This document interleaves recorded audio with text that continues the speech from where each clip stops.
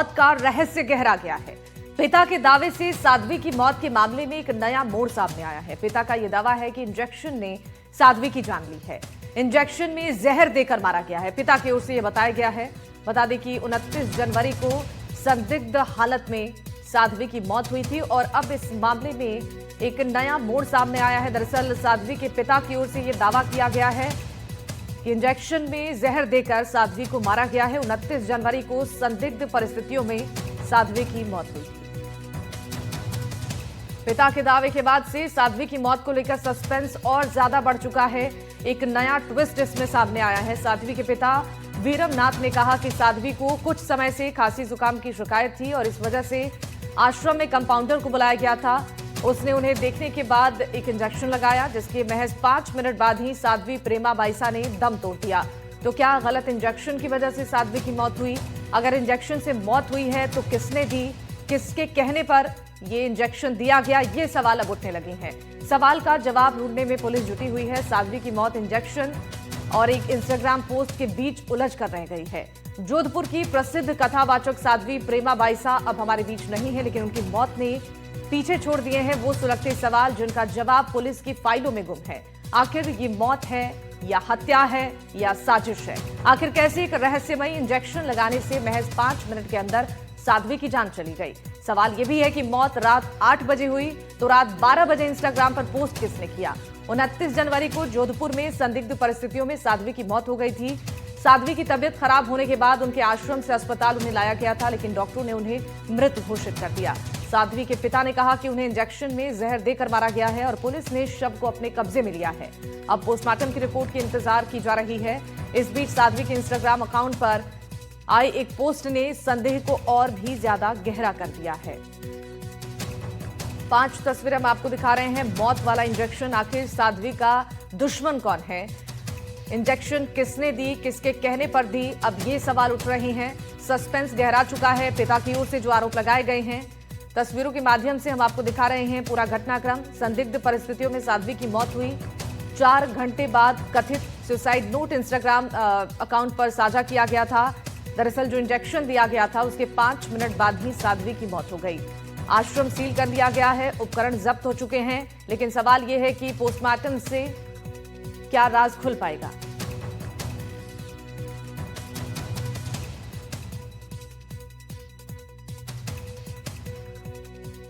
एक इंजेक्शन लगाया नॉर्मल बुखार में, 5 मिनट से उसकी जान ले ली। 5 मिनट के अंदर अंदर जान ले ली। 5 मिनट के अंदर जान ले ली। ये रिपोर्ट बता देगी।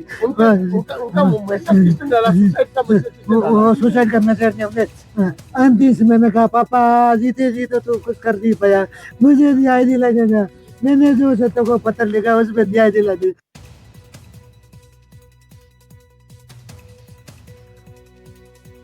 तो जोधपुर में साध्वी की मौत के मामले में सियासत और भी तेज होने लग गई है। आरएलपी मुखिया हनुमान बेनीवाल ने उच्च स्तरीय जांच की मांग की है, जिसके बाद से इस पर बीजेपी की ओर से भी बयान दिया गया है।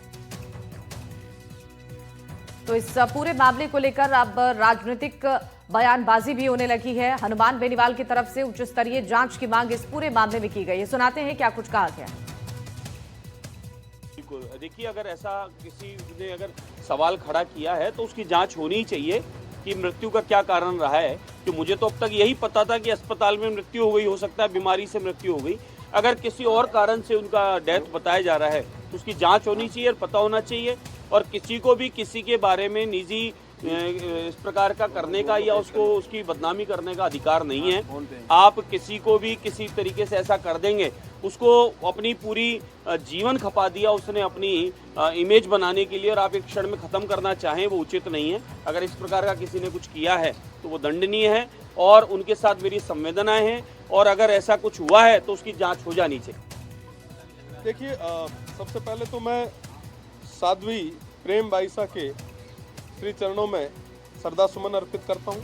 और जो भी घटनाक्रम हुआ वो काफ़ी दुखद रहा। मारवाड़, जोधपुर वो एक अपनायत का शहर रहा है। वहाँ पे इस तरीके की घटना हो जानी ये वाकई दुखद है। परिवार को ईश्वर हिम्मत दे और निश्चित रूप से जांच होनी चाहिए। जो भी तथ्य है वो प्रदेश के सामने, सबके सामने आने चाहिए। निश्चित रूप से न्याय मिलना चाहिए। देखिए, डिजिटल युग के कई प्लस और माइनस भी हैं और किसने ट्रोल करवाया, किस तरीके से हुआ, ये पूरा घटनाक्रम जो है वो स्पष्ट जांच होना चाहिए और समयबद्ध तरीके से जांच होके जो भी आरोपी है उनके खिलाफ कार्रवाई होगी।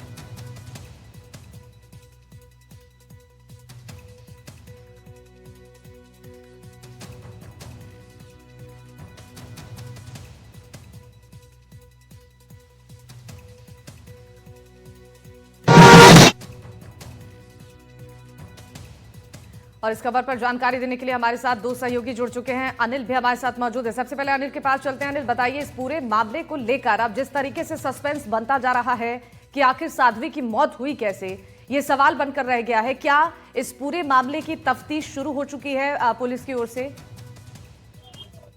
जी बता दें कि कल से जिस तरह से साध्वी की रहस्यमय मौत को लेकर जो असमंजस की स्थिति बनी हुई है, लोगों में भी एक ये सवाल है कि आखिर इस मौत का वजह क्या रही है, क्या कारण रहा है। जिस प्रकार से पिता ने जो आरोप लगाया है कि एक न्याय की मांग, लगातार वो कह रहे हैं साहब न्याय की मांग होनी चाहिए। साध्वी ने भी अपनी पोस्ट में लिखा था कि मैं अग्नि परीक्षा के दौर से गुजर रही हूँ और मुझे न्याय चाहिए। आखिर किस तरह का न्याय चाहिए और जो मौत हुई है उसके क्या कारण रहे हैं। पिता ने जिस तरह से कहा कि इंजेक्शन लगाने के बाद में उसकी संदिग्ध परिस्थितियों में मौत हुई है, तो वो पोस्टमार्टम की रिपोर्ट आने के बाद में स्थिति है वो स्पष्ट हो पाएगी। फिलहाल अगर आज की बात करें तो साध्वी का जो पैतृक गांव परेऊ है, वहां उनका जो शव है वो रखा गया है और आज पूरे विधि विधान के साथ जो है उनका अंतिम संस्कार किया जाएगा। क्षेत्र के प्रमुख साधु संत है वो वहां मौजूद रहेंगे, तो बड़ी संख्या में ग्रामीण भी वहां मौजूद है। उन सभी के जो मन में है वो एक ही सवाल है, आखिर इस छोटी उम्र में साध्वी का इस तरह से चले जाना कई सवाल खड़े करता है। और हालांकि ये जांच का विषय है, इसके बाद में स्थिति स्पष्ट हो पाएगी कि इसके पीछे क्या कारण रहे हैं। क्योंकि एक साल पहले जिस तरह से सोशल मीडिया पे इनके साध्वी और इनके पिता का जो एक वीडियो ट्रोल हुआ था, उसको लेकर भी कहीं ना कहीं सवाल खड़े हो रहे हैं कि साध्वी उसको लेकर कहीं दबाव में थी, प्रेशर या मानसिक तनाव झेल रही थी, या क्या कारण रहे हैं। इसके पूरे पीछे एक विस्तृत जांच बनी होगी, उसके बाद में ये स्थिति स्पष्ट हो पाएगी। फिलहाल स्थिति है कि आज साध्वी का है वो अंतिम संस्कार उसके परेव गांव में मठ किया जाएगा, शिव शक्ति आश्रम में वहां किया जाएगा। जी ठीक है, एक बार अरुण के पास चलते हैं। अरुण भी हमारे साथ लाइव जुड़े हुए हैं। अरुण, देखिए, इस पूरे मामले ने अब सवाल इसलिए खड़े कर दिए हैं कि पिता की ओर से जो आरोप लगाए गए हैं कि इंजेक्शन देने के बाद ही साध्वी की 5 मिनट के अंदर मौत हो गई। क्या इस मामले की जानकारी अब ली गई है कि आखिर इंजेक्शन किसने दिया था, किस बात के लिए इंजेक्शन दिया गया था, किसने इंजेक्शन दिया था? इस पूरे मामले को लेकर परिवार की ओर से क्या कुछ जानकारी दी गई है? देखिए, अगर बात की जाए तो परिवार की तरफ से जो है पूरे घटनाक्रम की जो रिपोर्ट बनाकर बोरनाडा थाना अधिकारी को दी गई थी, जिसमें ये बताया गया था कि किस तरह से जो है साध्वी प्रेम बाईसा की तबीयत खराब होने के कारण से उन्होंने एक स्थानीय कंपाउंडर को बुलाया था। कंपाउंडर वहां आया, उसने इंजेक्शन लगाया था और इंजेक्शन लगाने के 5 मिनट बाद ही जो है उसकी तबीयत बहुत ज्यादा खराब हुई और जब वो हॉस्पिटल लेके गए तो अस्पताल, जो निजी अस्पताल था, वहाँ डॉक्टरों ने उन्हें बताया कि उसकी डेथ हो चुकी है। जिसके बाद वो वापस आश्रम लेकर आए थे, लेकिन परसों यानी कि 28 तारीख की शाम को, रात को 10 बजे के करीब पुलिस जब आश्रम में पहुंची, काफी समझाइश की और देर रात को जो है उनके शव को जोधपुर के महात्मा गांधी अस्पताल लेकर आए और 29 जनवरी को उनका पूरा पोस्टमार्टम करवाया गया। पूरा दिन लगा और कल शाम को जो है ये बॉडी लेकर जो है परेऊ जो है मठ वहाँ के लिए रवाना हुए। लेकिन सबसे बड़ा सवाल ये है कि जो पोस्ट वायरल होने का जो बात हुई थी और पुलिस भी उस एंगल को जांच रही थी, तो पोस्ट के लिए उसके पिता ने ये स्वीकार किया कि पोस्ट उन्होंने ही लगाई थी। हालांकि उन्होंने अपने मोबाइल, वो ये दावा कर रहे हैं कि मेरा मोबाइल कोई लेकर चले गया है, तो पुलिस अब उस मोबाइलों की जांच कर रही है। लेकिन सबसे बड़ा सवाल ये है कि जो भक्त है, भक्तों का ये आरोप है कि इसके पीछे कई गहरा राज छुपा है, इसलिए पुलिस को इसकी हर एंगल से जांच करनी चाहिए। और यही कारण है, आमतौर पर आप देखते हैं मेडिकल बोर्ड में जब पोस्टमार्टम होता है तो 3 डॉक्टरों की टीम होती है, लेकिन पुलिस प्रशासन ने अस्पताल प्रशासन से आग्रह करके 4 डॉक्टरों की टीम बनवाई और 4 डॉक्टरों ने मिलकर इसका पोस्टमार्टम किया है। अब 3 से 4 दिनों में जब पोस्टमार्टम रिपोर्ट आएगी उसके बाद स्पष्ट हो पाएगा कि साध्वी की मौत का कारण क्या रहा। लेकिन निश्चित रूप से भक्तों के द्वारा ये बार बार जो है उनके पिता को भी इंगित किया जा रहा है। भक्त ये दावा कर रहे हैं कि जो उनके पिता है बार बार बयान बदल रहे हैं और बॉडी नहीं ले जाने के लिए अड़ गए थे आश्रम से, फिर वो भागने लगे, सीसीटीवी कैमरे हटा दिए। तो भक्तों की अलग दलील है और पिता का ये कहना है कि किसी जो है जो कंपाउंडर या जो इंजेक्शन लगाया उसके बाद मौत हुई तो दोषी वो हो सकता है। फिलहाल पुलिस इन सभी तथ्यों को लेकर गंभीरता से जांच कर रही है। देखना यह है पोस्टमार्टम रिपोर्ट में क्या आता है और पुलिस किस नतीजे पर पहुंचती है।